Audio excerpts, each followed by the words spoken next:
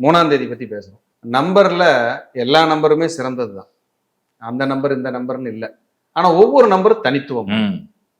ஒவ்வொரு நம்பரும் தனித்துவம் வாய்ந்தது. இதுல 3ஆம் தேதி, 12ஆம் தேதி, 21ஆம் தேதி, 30ஆம் தேதி பிறந்தவர்கள் 3ஆம் எண்ணாக கருதப்படுது. 3ஆம் எண்ணாக கருதப்படுது. இந்த 3ஆம் தேதிங்கிறது சாதாரண விஷயம் இல்லைங்க.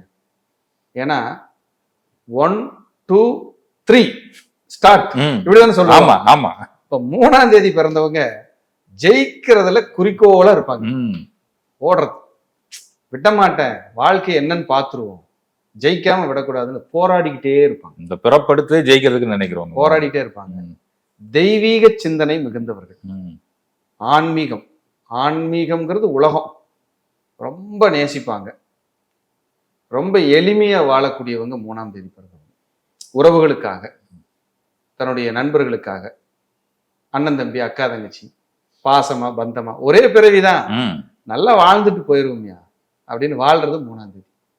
3ஆம் தேதிங்கிறது இயற்கையாகவே யாரெல்லாம் 3ஆம் தேதியில் பிறந்தார்களோ இயற்கையாகவே சித்தர்களின் ஆசிகளை பெற்றவர்.